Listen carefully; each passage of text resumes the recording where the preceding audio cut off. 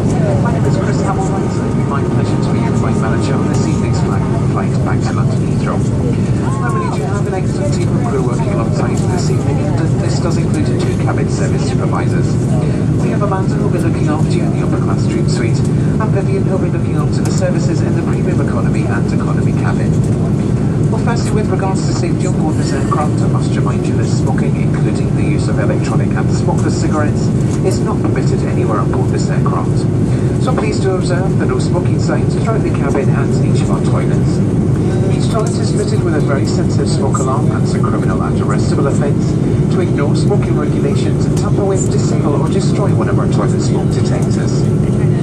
Whenever the fasten seatbelt signs are on throughout the flight, your seatbelt must be fastened.